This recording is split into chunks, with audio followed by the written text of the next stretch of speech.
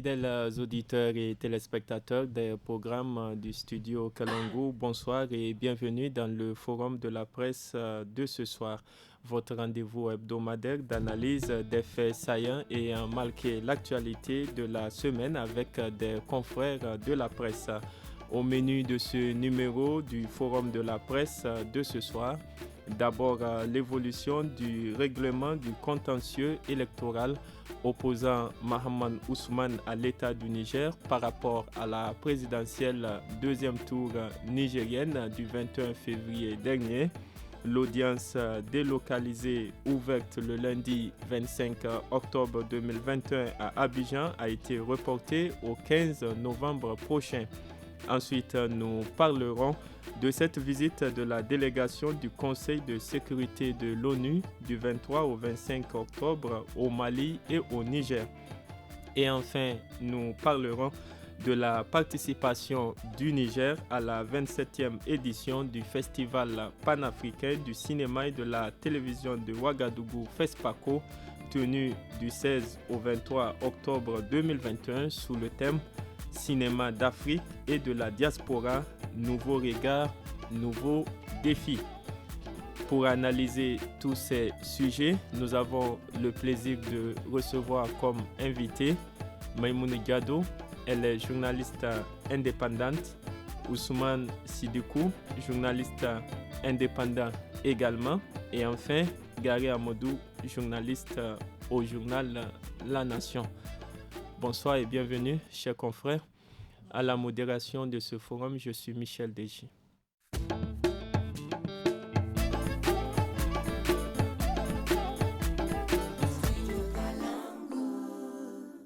Une fois de plus, bienvenue dans ce numéro de forum du studio Kalangu que je suis ravi de vous présenter.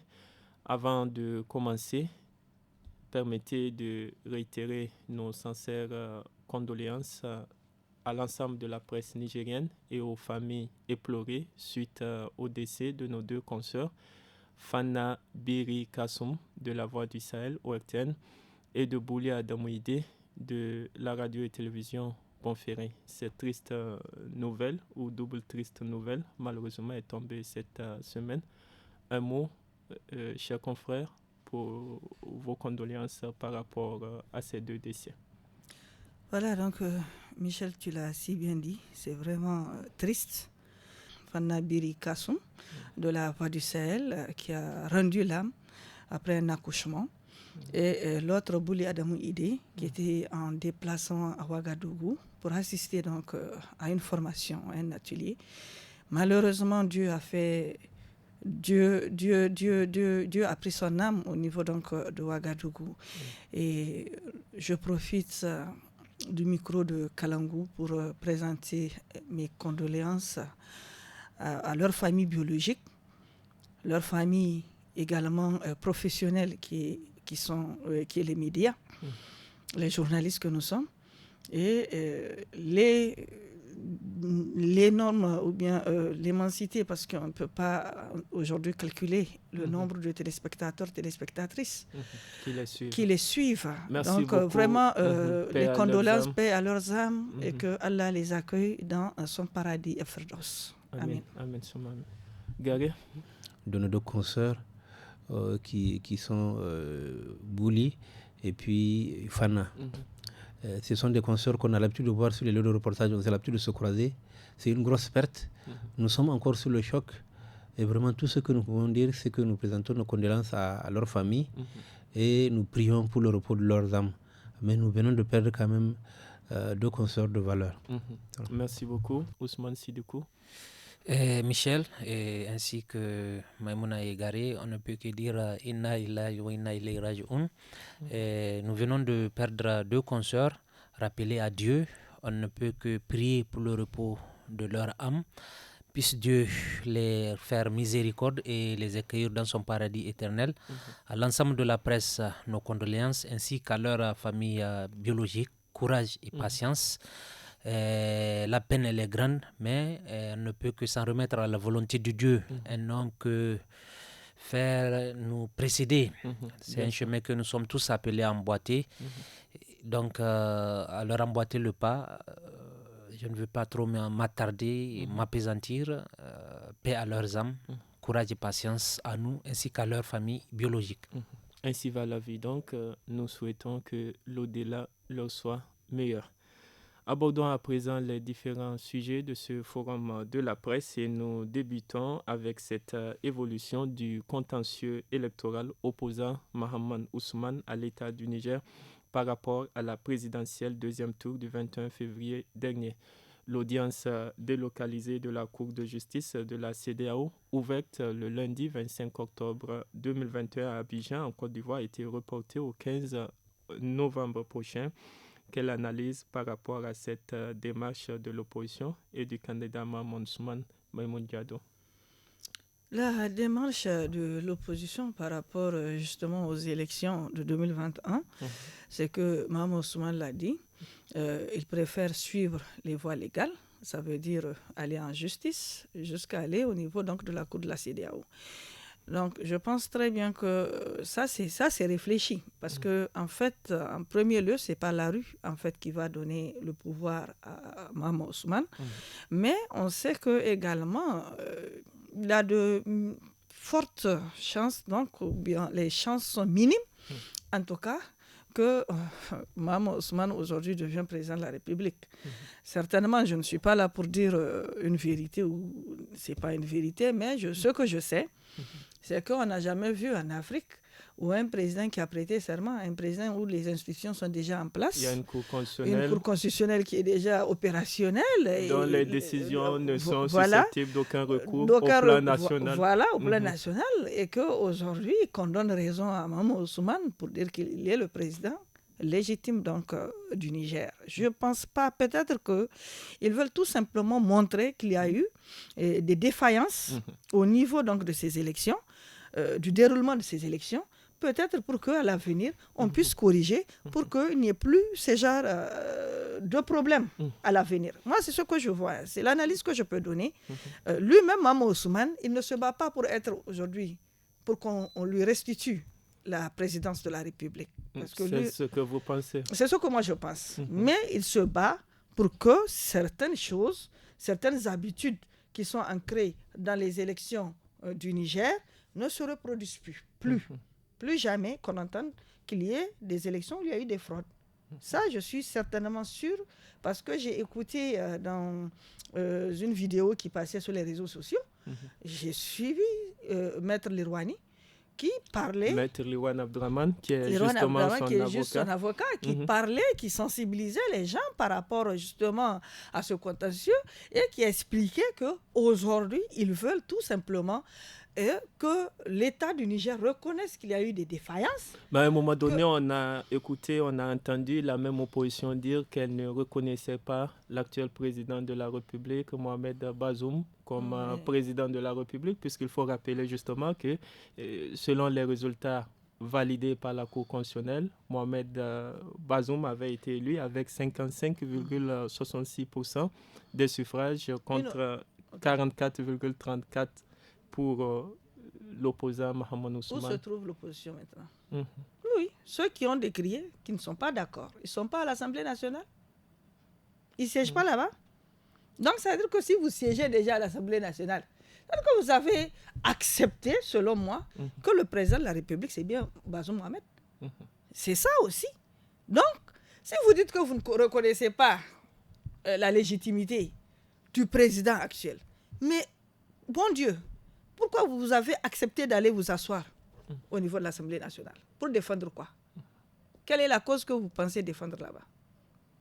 Mais c'est ça. Il fallait, dans ce cas, boycotter l'Assemblée nationale. Dites que vous n'êtes pas d'accord, que la députation que vous avez eue même, vous n'êtes pas d'accord, parce que c'est issu de ces élections. Donc, dites, je ne suis pas d'accord, que nous allons attendre le délibéré, quel qu'en soit le nombre d'années ou bien le nombre de mois que ça va prendre.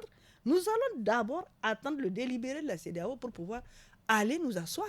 Merci. Ousmane Sidoukou.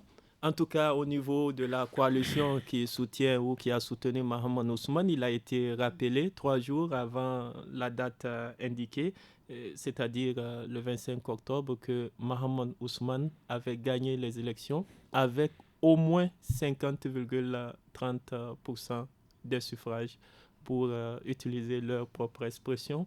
Est-ce que vous doutez de la conviction de ces leaders de l'opposition par rapport à ce dossier? Merci Michel. Vous savez, je me rappelle d'un des titres d'une des parutions au moment fort de ces élections, comme quoi Maman Ousmane, pire avocat de Maman Ousmane. Parce que la mollesse ou bien l'attitude défaitiste dont il avait fait montre l'a conduit jusqu'à ce à quoi nous assistons à ce moment. Tantôt, il dit faire recours aux voies légales, tantôt c'est le recomptage des voix. Bref, il n'avait pas une position bien définie. Jusqu'à aujourd'hui, combien de mois après les élections, vouloir, vous l'avez si bien dit, la Cour constitutionnelle a validé les résultats et les décisions de celle-ci ne sont pas susceptibles d'aucun recours. En tout cas, donc finalement, à quoi joue-t-il, comme disent les British, and so what? Bon, eux seuls peuvent avoir ou bien expliquer les dessins qu'ils nourrissent, mais moi je me dis que à défaut de dire que le vin est tiré, qu'ils le boivent lui et ses amis, honnêtement parlant, moi je pense que en ce moment, les défis auxquels le Niger fait face doivent interpeller tout le monde, toute la classe politique, pour que vraiment nous fassions vraiment chorus pour affronter ces défis. Moi, je me dis que ce à quoi nous sommes en train d'assister, Maïmoun l'a dit, c'est peut-être pour dire que les élections ne se sont pas déroulées dans une certaine transparence. On peut leur concéder cela, mais moi je pense que jusqu'à preuve du contraire, ce monsieur, c'est un homme qui a une certaine admiration, bien une certaine popularité aux yeux des Nigériens. Ancien président de la République, le premier vraiment pondéré, sage, vraiment les qualificatifs sont assez pour vraiment décrire l'homme. Vraiment, moi, j'aurais voulu que nous n'assistions pas à ce à quoi nous sommes en train d'assister. Maïmoun l'a dit, peut-être que la démarche de son conseil pour sensibiliser la diaspora, mais qui leur dit que la diaspora n'est pas au parfum de ce qui s'est passé ou bien de ce qui est en train de se passer en ce moment au pays. Bon, la CEDEAO même est au courant. La CEDEAO, Michel, moi, permettez-moi de ne pas me prononcer par rapport à cette cour. Bref, moi, je pense que, honnêtement parlant, ils n'ont pas besoin d'adopter une telle posture. Si c'est réellement pour montrer que les élections ne se sont pas passées comme elles se devaient d'être organisées, il y a plusieurs canaux, il y a plusieurs moyens à travers lesquels ils peuvent passer. Bon, maintenant, si c'est les dessins qu'ils nourrissent, on leur concède cela, mais je pense qu'ils auraient pu nous éviter ça pendant la proclamation. Bien avant même la proclamation, il aurait dû vraiment savoir adopter l'attitude qui était beaucoup attendue. Et souvenance, c'est notamment que des militants ont convergé chez lui pour l'inciter à sortir et même à se prononcer. Donc c'est ça, je dis, il n'a qu'à s'en prendre à lui-même. L'expérience, c'est lui-même qui le dit, et je reprends ces mots, l'expérience étant la somme de nos erreurs.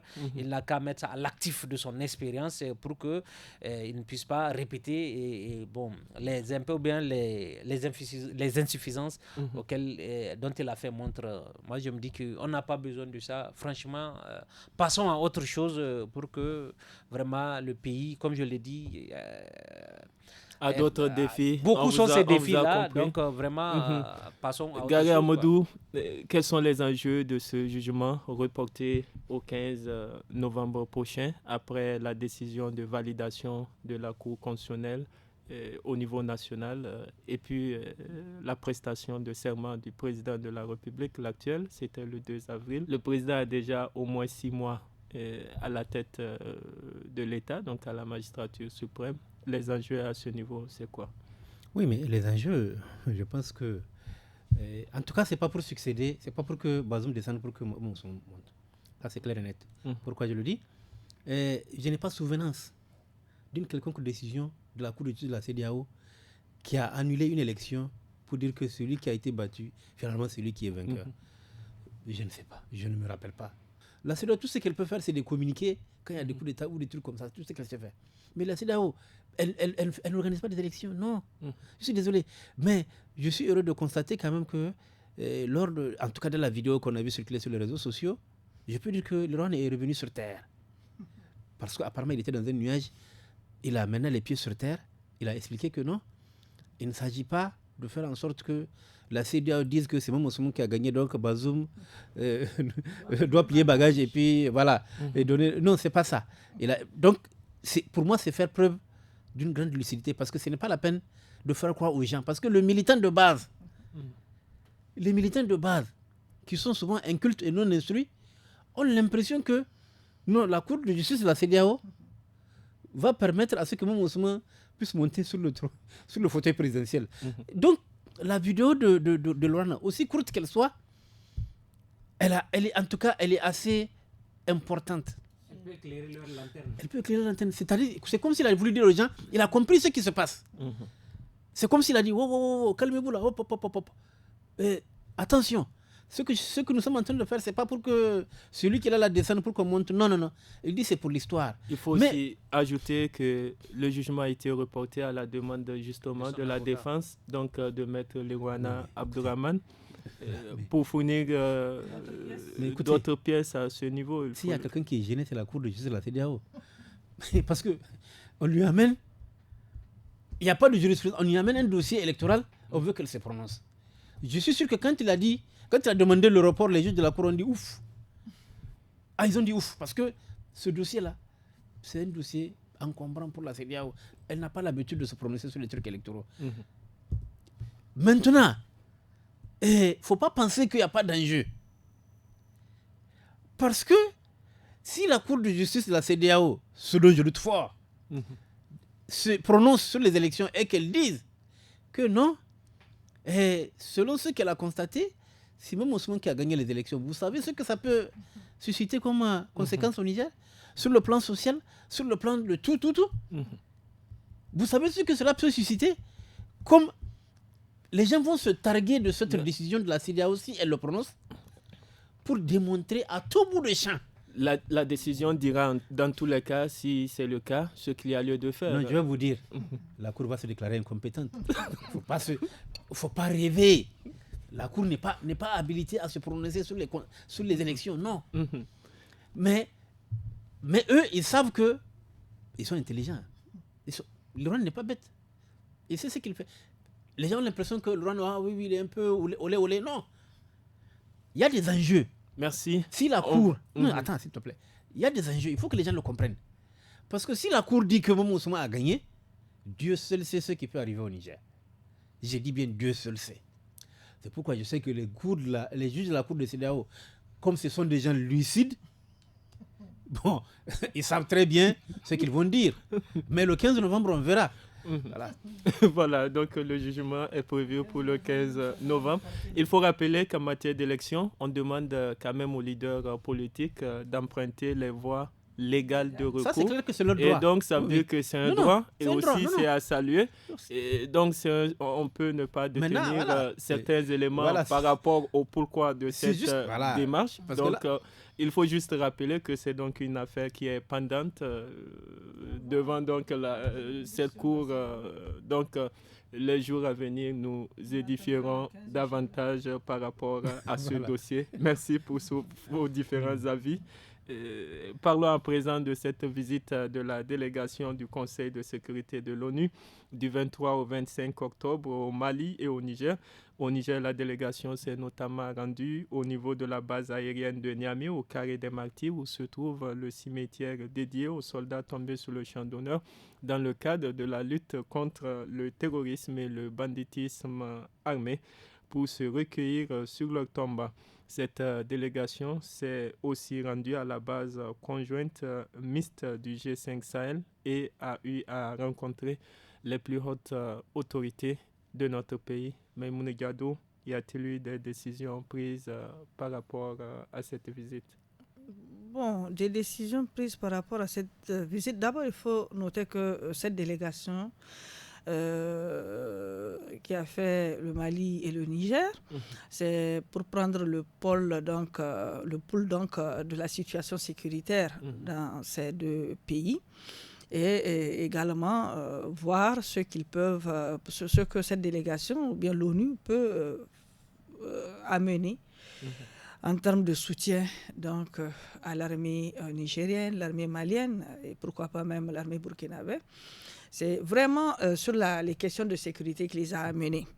Et je pense bien qu'il y a eu des conclusions au sortir donc de cette rencontre avec le président de la République, où il était question donc de renforcer les capacités, donc la formation donc des militaires qui sont sur le front, amener un appui donc technique et surtout logistique à l'armée pour que l'armée puisse vraiment se battre comme il faut face à ces djihadistes. Et donc, je pense que vraiment, c'était vraiment la question sécuritaire qui était au centre donc, de cette rencontre avec le président. Oui, Gary Amadou, est-ce qu'il y a d'autres objectifs visés à travers cette visite de la délégation de ce Conseil de sécurité de l'ONU qui a visité 2 pays sahéliens, le Niger, mais bien avant le Mali? Oui, c'est vrai que cette visite avait quand même un caractère assez important sur le plan sécuritaire. Bon, ce qui m'a quand même étonné, c'est le fait qu'il ne soit pas parti au Burkina. Ça m'a beaucoup étonné, que c'est seulement les 2 pays qui ont été, en tout cas, qui ont été en tout cas ciblés pour ces visites-là. Peut-être qu'il y a la question des réfugiés entre les 2 pays. C'est sûr que ce sujet a été débattu, mais pour le Niger, l'importance de cette mission n'était plus à démontrer parce que le Niger a depuis longtemps, en tout cas depuis sous Issoufou Mahamadou, fait le plaidoyer pour que la force du G5 Sahel soit mise sous chapitre 7. Je crois que lorsqu'ils sont venus, le président Bazoum a réitéré cela, la nécessité que les Nations Unies puissent en tout cas mettre la force du G5 Sahel sous chapitre 7, ce qui serait synonyme de beaucoup de financement, en tout cas, et de beaucoup plus de vigueur pour cette force-là, qui veut vraiment éradiquer le terrorisme au Sahel. Donc, c'est une visite, pour moi, qui vise à essayer, comme l'a dit Memouna, de prendre le pouls, de prendre la température. Et je crois que cette mission-là va faire un rapport qu'elle va donner au niveau du Conseil de sécurité. C'est-à-dire que prendre l'avis. Et je pense qu'ils ont compris aussi que les autorités nigériennes ont été toujours impliquées dans les dossiers sous-régionaux. Ça a commencé sous Issoufou Mahamadou, ça continue avec le président Bazoum Mohamed. S'impliquer parce que c'est un destin commun entre tous les États. Il ne faut pas que les États soient frustrés du fait que parfois le président d'un tel pays parle sur la situation. Nos destins sont communs, nos pays sont liés par l'histoire et encore, malheureusement encore, sont liés par ce terrorisme-là qui est en train de frapper en tout cas toutes nos contrées. En tout cas dans tous les 5 pays. Donc, je pense que le Conseil de sécurité, qui est dirigé pour 1 mois par le Kenya, est conscient que le Niger est un pays extrêmement important dans la gestion de plusieurs dossiers. Non seulement le dossier de la lutte contre le terrorisme, le dossier de la gestion des réfugiés, n'est-ce pas, et les dossiers climatiques, dont le président Bazoum dirige quand même un truc de, comment on appelle, il est un pont focal, je crois, Afrique de l'Ouest, concernant les changements climatiques. Sur le climat. Je n'ai pas l'appellation exacte en tête, mais le Niger aujourd'hui est un pays vraiment pivot dans la gestion donc, de ces questions-là, en plus de la question de la migration. Donc je pense que c'était une visite extrêmement importante, mais ils n'étaient pas venus ici pour prendre une décision. Ils étaient venus pour écouter tout le monde. Je crois que dans un premier temps, il était même prévu dans leur programme d'écouter la société civile, d'écouter ceci, de faire un rapport condensé qui va être présenté maintenant au niveau de la hiérarchie et sur la base duquel peut-être que le Conseil de sécurité de l'ONU peut prendre des décisions beaucoup plus hardies dans ces domaines-là. Ousmane Sidoukou, il faut rappeler qu'au Mali, cette délégation a eu à rencontrer les autorités maliennes et plaider notamment pour le retour d'un pouvoir civil. Ces souhaits exprimés par le Conseil de sécurité de l'ONU, comment sont-ils accueillis par la population et les autorités? Michel, le fait qu'il se soit prononcé sur la transition malienne, ça veut dire que ce que les autorités maliennes sont en train de faire en ce moment, elles sont sur la bonne voie. La preuve, ils les ont exhortés à vraiment organiser des élections pour un passage à témoin, c'est-à-dire un retour à l'ordre constitutionnel normal. Pour revenir à cette visite de cette délégation, opportune, elle est la visite, sauf qu'elle reste pour moi un goût d'inachevé. Mais Maïmouna et Gare en ont parlé. Nous sommes au regard de ce qui se passe dans la zone des 3 frontières. qu'elles aient visité le Mali, le Niger, et que pour des raisons peut-être qui leur sont propres, le Burkina ait été occulté. Mais qu'à cela ne tienne, certainement ils sont venus, ils ont écouté, et on ne peut que attendre les conclusions ou bien les décisions qui en seraient issues dans la mise en œuvre de ceux qui pourraient être menés. Quelle décision, par exemple, le Conseil de sécurité aujourd'hui, peut si prendre? aujourd'hui le Conseil de sécurité arrive à mettre la main à la poche, il va sans dire que le renforcement des capacités de nos FDS va se trouver, améliorer la dotation en matériel, bref, beaucoup de choses. Vraiment, à défaut d'éradiquer cette lutte contre le terrorisme, ça pourrait booster vraiment la lutte, et on ne peut que espérer que la chose se matérialise au regard de ce que nous avions subi ces derniers jours-là au Niger, rien qu'à la frontière de Petelkoli, à Tilaberi. C'est dire que, vu l'embrasement sur le plan sécuritaire, on ne peut qu'espérer que cette délégation de haut niveau puisse rendre compte acquis de droit, et que cela ne tarde pas pour que, effectivement, nous constations dans la mise en œuvre qu'effectivement, il y a eu du répondant, et que cette crise sécuritaire-là pourrait être à même d'être jugulée au grand bonheur des communautés. Que la visite soit donc fructueuse, et bénéfique surtout. Bénéfique aussi. Merci beaucoup. Parlons à présent de la participation du Niger à la 27e édition du Festival panafricain du cinéma et de la télévision de Ouagadougou, le FESPACO, tenu du 16 au 23 octobre 2021 sous le thème « Cinéma d'Afrique et de la diaspora, nouveaux regards, nouveaux défis ».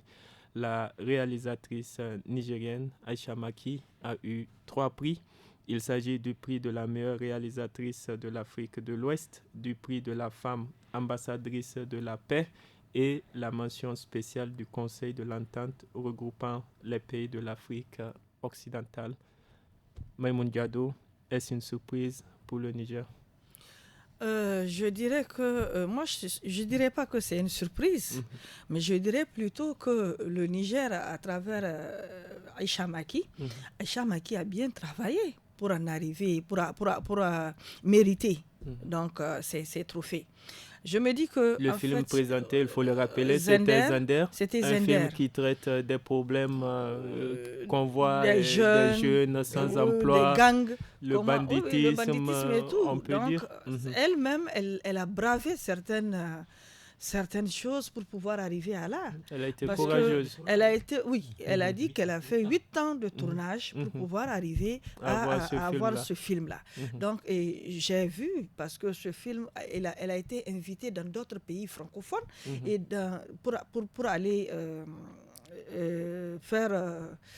pour aller montrer donc ce film. Et ce film, dès là-bas même, ce film a été un succès aux yeux de ceux qui l'ont suivi. Donc je pense que vraiment elle a mérité, et à travers elle, c'est le Niger aujourd'hui, et je me dis que c'est la jeunesse qui se réveille, parce que là, les vieux comme nos papas, nos tontons, les Djingara et Maïga et ceux qui... les Omar Ganda et autres, qui avaient beaucoup fait pour le cinéma aujourd'hui, aujourd'hui, ceux qui sont vivants peuvent être fiers de cette génération, parce que la relève est là. Elle montre déjà que elle est là, en tout cas, pour se battre, pour montrer une différence, une continuité de ce que le cinéma nigérien pouvait avoir depuis. Il faut rappeler qu'elle a d'autres films qui avaient été primés, plusieurs d'ailleurs. On se rappelle aussi de L'Arbre sans fruits, qui traite des femmes stériles, les considérations donc c'est des tabous sociales en fait qu'aujourd'hui elle arrive à faire comprendre à la société que ce n'est plus un tabou. Le fait que la femme ne peut pas avoir d'enfants, c'est pas un tabou. Donc il faut briser ces tabous-là. Et vraiment, je l'admire pour sa passion, je l'admire pour le choix de ces sujets, de ces films. Je l'admire parce que aujourd'hui, c'est une jeunesse, elle est jeune, elle est dynamique, elle se bat et elle sait pour quelle cause elle se bat aujourd'hui. Donc, félicitations à elle, autour d'elle et derrière elle aussi, tous ces jeunes aussi n'ont pas démérité. Nous savons qu'il y a d'autres femmes comme les Wera et certaines de ces femmes-là, Amina Wera et les autres aussi, qui n'ont pas démérité. Elles se battent et je suis sûre que le FESPACO de ces dernières années qui vont venir parleront justement du Niger. Et nous souhaitons qu'elles continuent dans la bonne voie et ensuite que peut-être les talents de Yenega reviendra au Niger. Merci beaucoup. Gary Amadou, quelle est l'importance de cette participation du Niger à cette 27e édition du FESPACO? Non, cette participation était extrêmement importante parce que cela faisait longtemps que le Niger n'a pas eu un prix, en tout cas à ce festival-là, dont le Niger était l'un des fondateurs. Je crois que le premier étalon de Yenega, c'était Oumar Ganda qui l'avait eu. Aujourd'hui, la génération de Oumar Ganda, de Mustafa Alassane, de Djingare Mega, de Mustafa Diop, cette génération-là, certainement, doit être fière de la relève qui est en train d'être faite par ces jeunes réalisateurs. Il y a Aïcha Maki, il y a Sani Magori, il y a d'autres, il y a Moussa Djingare. Il y en a beaucoup qui sont en train de se battre pour faire des productions cinématographiques. Pour le moment, c'est vraiment dans le domaine du documentaire ou des docu-fictions que les Nigériens sont en train de... Ce qui manque, c'est vraiment un film de fiction autour d'une histoire avec des acteurs principaux qui ont des rôles, avec des dialogues. Épisodes. Non, bon, je ne parle pas des séries, mais un film long métrage d'1h30 minutes, vraiment qui traite d'un sujet bien particulier et avec des acteurs qui ont des répliques à faire, vous comprenez? Pas le style documentaire, non. Le style documentaire, pour le moment, c'est lui qui permet au Niger de briller. Aïcha Maki, il faut le dire, avant ce prix-là, elle a eu des dizaines de prix. Pratiquement à chaque festival, quand elle part, elle a un prix. Elle est en train d'emmagasiner les prix. Je ne sais même pas si sa chambre peut prendre tous ces prix-là. Elle connaît bien ces problèmes de société, puisqu'elle est également sociologue de formation. Maintenant, c'est les films, vous savez, de poursuivre ses études dans le domaine du cinéma. Oui, ce qu'il nous faut, c'est des films genre Kabaskabo, Le médecin de Gafiré, de Mustafa Diop, ou les films de Mustafa Alassane FVA, des films de fiction qui traitent ou les films de Djingare Mega, Nuage Noir et les autres, Noir, voilà, Abou Noir et tout. Donc c'est Miroir Noir, c'est-à-dire des films qui traitent d'un sujet et avec des acteurs principaux, des acteurs secondaires, et vraiment une sorte de narration qui suit un fil et qui a un épilogue où il y a un message. C'est ça qui nous manque pour le moment. Parce que depuis, par exemple, depuis que Djingare Mega est en train de faire des films, il continue, il se bat, il continue malgré son âge de faire des films, mais en tout cas, depuis Le médecin de Gafiré, qui est un film de haute facture, de facture internationale, depuis Le médecin, et puis Mami Wata, qui a été fait aussi par Mustafa Diop, ces deux films. Depuis ces deux films-là, je n'ai pas senti qu'il y a un désir pour en tout cas la génération de nos cinéastes-là d'aller vers la fiction. J'ai l'impression qu'on se dirige depuis plus vers le cinéma documentaire, les Koukan-Kourtia, etc. C'est de la même veine, c'est vraiment du documentaire. Le film Zender, là, c'est une immersion dans le phénomène des palais dont on parle à Zender, c'est-à-dire que c'est des endroits, pratiquement de non-droits où des gens font la loi. Et je lui tire mon chapeau d'avoir réussi à avoir la confiance de ces gens-là jusqu'à venir les filmer à visage découvert. Et donc ça, c'est une prouesse. Et vraiment, c'est un film, en tout cas, que j'invite les gens à regarder. Mais je sais que... qui a le film du directeur général actuel du Centre national de cinéma. Sani Magori, qui est aussi quelqu'un... C'est un grand film. C'est un grand film, c'est quelqu'un d'extrêmement talentueux aussi, vraiment qui se bat aussi, qui a fait beaucoup d'œuvres qui ont été primées à l'extérieur. Et donc, c'est toute cette génération-là qui est en train de se battre, mais en tout cas que j'appelle à se tourner vers le cinéma fiction avec des histoires, même si c'est des histoires vraies qui sont déroulées, mais vraiment avec une narration, avec des dialogues entre acteurs et tout, des acteurs qui ont des rôles. Ça manque au Niger pour le moment. Est-ce que d'autres réalisateurs ne peuvent pas s'intéresser à cela, puisque eux, on a l'impression qu'ils s'attachent beaucoup plus au film documentaire qui s'appesantit, lui, sur la réalité, alors que la fiction, c'est de l'imaginaire. Oui, le problème qu'on a aujourd'hui, c'est le financement du cinéma. C'est ça le problème, parce que il est plus facile de faire un film documentaire que de filmer une problématique importante. Le problème, c'est que si tu veux faire un film de fiction avec des acteurs, Ça devient difficile, il faut les payer. Il faut les payer. La plupart des gens qui travaillent avec Djingare Mega, c'est des passionnés de cinéma. C'est des gens qui veulent juste tourner un film. Il y a les répétitions, les voix souvent, il faut faire 12 répétitions avant de faire un premier tournage. Et puis c'est tout un scénario. Mais attends, mais c'est tout un scénario qu'on te donne et puis on te donne tes répliques. Tu dois pouvoir les bûcher. Il y a des répétitions avant même qu'on commence à filmer, à faire les premières prises. Mais il faut déjà que tu maîtrises ton texte. Et ça demande un certain talent. C'est-à-dire que on constate bien à l'écran quelqu'un qui est amateur et quelqu'un qui est un acteur bien sûr bien chevronné ou qui est rodé dans l'affaire du cinéma. Donc il nous faut vraiment des films de fiction. Ça nous manque. Djingare Mega est en train de faire des efforts pratiquement chaque 2 ans. Il sort un film. Vraiment, je lui tire mon chapeau. Mais on a besoin de films de fiction, en tout cas de grande qualité, de la stature. Donc j'ai dit du Médecin de Gafiré, de Mami Wata, de Kabaskabo, FVA, etc., etc. Vraiment, on a besoin de ce genre de films-là. Merci, Gaga Amadou. Ousmane Sidoukou, comment réussir à rehausser l'image du cinéma nigérien quand on va à l'extérieur? On a l'impression justement qu'on a peu de films nigériens, que les télévisions internationales servent, notamment si on regarde par exemple les grandes chaînes où on diffuse ces séries. De plus en plus, on a l'impression justement qu'il n'y a plus de films de fiction venant de compatriotes nigériens. Merci Michel. Permettez-moi de réitérer mes vives félicitations à Aïcha. À travers ces distinctions, c'est le 7e art nigérien qui se trouve honoré. C'est le pays tout entier qui est honoré. La preuve, elle a été reçue, je pense, par le président de la République. Il y a quelques jours, oui. Il y a quelques jours de cela, elle était partie lui présenter ses différents prix. J'aurais voulu que Garé commence par la question du financement de ce 7e art. Aujourd'hui, franchement, la léthargie dans laquelle semble végéter ce 7e art est due à un sérieux problème de financement. Donc, je pense que cette distinction de Aïcha pourrait interpeller ou bien inciter les autorités vraiment à mettre la main dans la poche pour investir davantage. Les jeunes talents, ils sont là, ils n'en manquent pas. D'autant plus qu'on constate qu'à travers le cinéma, on peut transmettre beaucoup de messages, on peut lutter valablement représenter contre les mots qui gangrènent la société, améliorer la scolarisation, renforcer la sécurité. On peut parler de beaucoup de choses à travers le cinéma. Donc, occasion vraiment pour les autorités en charge de ce 7e art-là, vraiment de revoir la politique de financement de ce 7e art-là pour que effectivement le pays puisse être assez représentatif. Avant cela, je pense que pour que le cinéma décolle véritablement, nous avons tous une partition à jouer. Nous, par exemple, les hommes de médias. Aujourd'hui, il est rare de voir dans nos différents médias, que ça soit, mais les journaux ne sont pas excusés, parler, par exemple, je parle plus précisément des médias, la projection des films. On en a tellement de films, mais à un moment donné, il y avait une télévision privée de la place qui commençait à diffuser. Après, bon, ça a arrêté. J'ai demandé, il paraît que c'est un processus qui est lourd. Imaginez, pour faire la promotion de nos propres films où on alourdit le processus. Moi, je pense que en tant que média, tout ça qu'il faut prendre en compte. Les médias souvent disons qu'ils n'ont pas suffisamment de revenus pour payer les droits d'auteur. En tout cas, il y a beaucoup de problèmes. Moi, je pense qu'il y a des concessions à faire de part et d'autre. De la part de ces cinéastes-là, pour qu'ils comprennent que à travers la projection, c'est vraiment leur visibilité qui est en train d'être créée.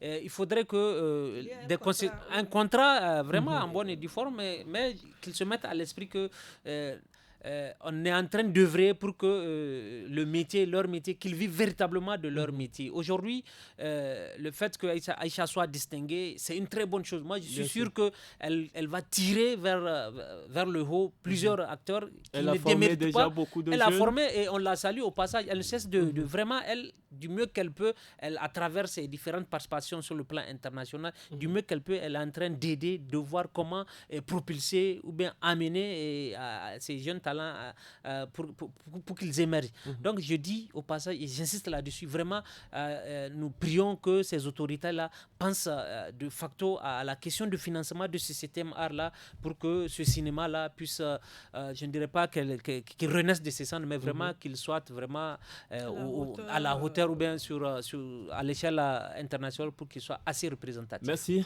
Ousmane Sidoukou. Garé aimerait dire un mot. Il a parlé du problème de ces réalisateurs qui souvent il faut le reconnaître, hein, n'ont pas suffisamment de moyens. Et parfois, ils sont obligés de mettre de l'ordre. Que peut faire l'État face la formation à tout ça? Oui, la preuve, c'est que le manque de moyens fait que tu fais des films où dès qu'on regarde, on sent bien qu'il y a des défauts. Parce que tu n'as pas les moyens. Tu n'as pas les moyens pour payer un directeur de la photo. Tu n'as pas les moyens, en tout cas, pour payer, je ne sais pas moi, quelqu'un qui va bien gérer le son. On a des problèmes au niveau. Donc, la gestion de la lumière pour le directeur de la photo, tu n'en as pas. Et ce qui fait, tu vas avoir des plans qui n'ont pas les mêmes en tout cas. Parfois, on a des problèmes de son, le bruitage, donc, tout problème, ça, souvent. Je vais vous expliquer. Le problème qu'on a, c'est le problème de financement. Il y a des projets qui sont là, qui sont en train, en tout cas, de dormir dans des tiroirs.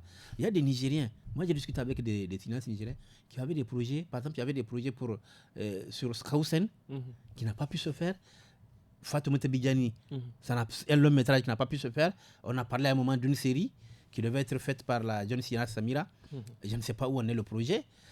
Mais le Niger, on a tellement un problème de financement que c'était un Mauritanien qui est venu faire Saraounia. Medondo, le Mauritanien, c'est lui qui a fait Saraounia. C'est un paradoxe. C'est un paradoxe. Aujourd'hui, pourquoi, comment on appelle ça, Mohamed Saleh Haroun au Tchad, pourquoi Abdurrahman Sissako, pourquoi tous ces gens-là arrivent à faire des films? Parce qu'Abdurrahman Sissako a fait un film merveilleux qu'on appelle Timbuktu, sur le djihadisme, l'arrivée des djihadistes à Gao, etc. Fantastique. C'est un film de classe mondiale. C'est parce qu'ils ont été soutenus. Oui, mais alors, c'est ça qui nous manque aujourd'hui. C'est le cri de cœur de Sani Magouri et consorts, de faire en sorte que le cinéma soit soutenu pour qu'on puisse avoir des œuvres de fiction de qualité qui peuvent aller à Ouagadougou, mais pas à Ouagadougou seulement, au Festival de Cannes, à Venise, etc. On est sûr que le Niger sera... ça c'est des festivals de grand standing. En Europe, il y a souvent des projections de films africains. Mais aujourd'hui, et même sur les chaînes occidentales, on suit beaucoup parfois des films africains. Aujourd'hui, c'est seulement ceux que j'ai cités là qui peuvent aller à ces festivals-là. Un mot par rapport à ce sujet pour terminer. Pour terminer, déjà, ils ont tout dit. C'est le financement qui pose problème. Et aujourd'hui, de par le financement également, c'est que le Nigérien ne consomme pas sa culture. Ça veut dire qu'il y a des télés, quand je les regarde... Il y a des films qui sont très bien prisés. Je connais par exemple les films en langue nationale où vous allez voir en tout cas, dès que ça passe, les gens suivent ça. Quand je regarde... On met ça toujours dans le même lot. Oui, quand je regarde et je vois qu'il y a des télés qui passent tout leur temps en train de projeter des films d'Andeli, des films, alors que nous avons des films nigériens qui peuvent être projetés. Donc ça veut dire tout simplement qu'il faut avoir peut-être un contrat solide, un contrat 50-50. Ça veut dire que la télévision pourra avoir 50% et le réalisateur, celui qui a le film, 50%. Ça veut dire qu'aujourd'hui, on ne négocie pas dans le sens de payer énormément d'argent à celui qui vend son film. Ça veut dire tout simplement qu'eux aussi, ils doivent comprendre que les télés n'ont pas assez de financement, de moyens pour les soutenir. Mais le peu qu'ils peuvent les soutenir, c'est vraiment de faire passer les films pour que les Nigériens puissent comprendre, puissent observer, puissent voir certains films qu'ils n'auront pas l'occasion de voir si ça reste dans les tiroirs. Merci beaucoup. C'est ça le problème. Un dernier point que nous allons aborder très rapidement pour clore ce forum de la presse d'aujourd'hui. Et c'est pour parler du football dans le cadre des éliminatoires de la Coupe d'Afrique des Nations féminines de football Maroc 2022. Les Gazelles du Niger ont été battues le lundi 25 octobre dernier à Abidjan en match retour sur score de 11-0 par les Éléphantes de la Côte d'Ivoire. Pour rappel, au match aller joué à Niamey, les Éléphantes de Côte d'Ivoire ont battu les Gazelles du Niger par 9-0. C'était le 20 octobre dernier. Un mot par rapport à ce score ou différentes défaites rapidement. Je ne suis pas trop... Ousmane Sidoukou. Quelques mots pour encourager ou... Bon, vous savez, comme disent les Hausa, quoi. Donc, mais quand même, franchement, ça remet sur la table vraiment la question aujourd'hui, ça c'est le côté féminin. Est-ce que avez-vous souvenance qu'au Niger qu'on ait, je parle sur le contrôle de Gare, est-ce qu'on a eu organisé un championnat féminin? Pas encore. Pas encore. Ça peut arriver. À part l'absence même du championnat féminin, c'est-à-dire le choix de ces joueuses-là. Il faudrait, c'est-à-dire, c'est du copier-coller de ce qui se passe chez les hommes. C'est-à-dire, c'est le copinage, Michel. C'est-à-dire le sport là, mettons les sentiments de côté.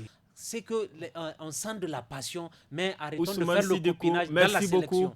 Gary Amadou, il a parlé justement des différentes manières de recruter qui ne sont pas catholiques, comme disent certains. Et à votre niveau, qu'est-ce qu'il y a lieu de faire? On a constaté également que récemment, le MENA, l'équipe du MENA, le 11 national, les prestations étaient piètres selon beaucoup d'observateurs et de supporters. Qu'est-ce qu'il y a lieu de faire pour faire briller qu'est-ce qu'il y a lieu de faire pour faire briller donc, nos équipes nationales en matière de football, qu'elles soient féminines ou masculines? Pour faire briller nos équipes, il faut mettre du sérieux dans le travail. C'est ce que c'est le quoi. C'est-à-dire, on ne peut pas faire du football un amusement et puis pouvoir amener des équipes dites nationales à l'extérieur pour se faire humilier, encaisser 20 buts en 2 matchs. Mais c'est pas sérieux. Mais c'est ce qu'il a dit. Mais on n'a même pas de championnat féminin. Ce sérieux, ça peut venir comment? Oui, mais ça peut venir d'abord. En quoi faisant? C'est très simple. Il faut faire la promotion du football féminin dans les quartiers. Vous connaissez le football de femmes dans les quartiers? Il n'y en a pas. Déjà, ça commence par là-bas. Faire la promotion du football féminin dans le quartier, créer des clubs de quartier. Ensuite, petit à petit, on fait un championnat. Mais on ne va pas tout juste parce que ce n'est pas un défilé de mode pour partir à un championnat africain. Et pour l'équipe nationale, le MENA? Non, pour l'équipe nationale, on les a déjà suffisamment matraqués. Mais c'est ce que j'ai dit. Et il y a du copinage. Est-ce qu'il n'y a pas un peu le même problème à ce niveau également? C'est-à-dire la manière de choisir les joueurs? Non, la manière de choisir les joueurs, elle est là. Mais la circonstance en attendant, c'est qu'il y a un championnat. Mais on ne respecte pas ce championnat. Parce que quand on me dit que le meilleur buteur du championnat n'est pas de l'équipe nationale, ça veut dire qu'on ne respecte pas le championnat. Et donc, c'est ce que j'avais dit. Donc, il faut mettre du sérieux, il faut s'appliquer. C'est-à-dire, il ne faut pas faire du sentimentalisme. J'ai l'impression que si j'ai quelqu'un au niveau de la FENIFOOT et que je joue dans un club, je peux espérer entrer l'équipe nationale. Il peut faire le plaidoyer. C'est l'impression que j'ai. Merci beaucoup. Nous sommes au terme de ce forum de la presse du studio Kalangu. Nous disons merci à nos invités. Maïmouna Diado, journaliste indépendante, Ousmane Sidikou Doumbia, journaliste indépendant, et Gary Amadou, journaliste au journal La Nation. À la régie pour le son, c'était Mustapha Yuba, et à la réalisation vidéo, Issa Loli. Bon week-end à toutes et à tous et au revoir.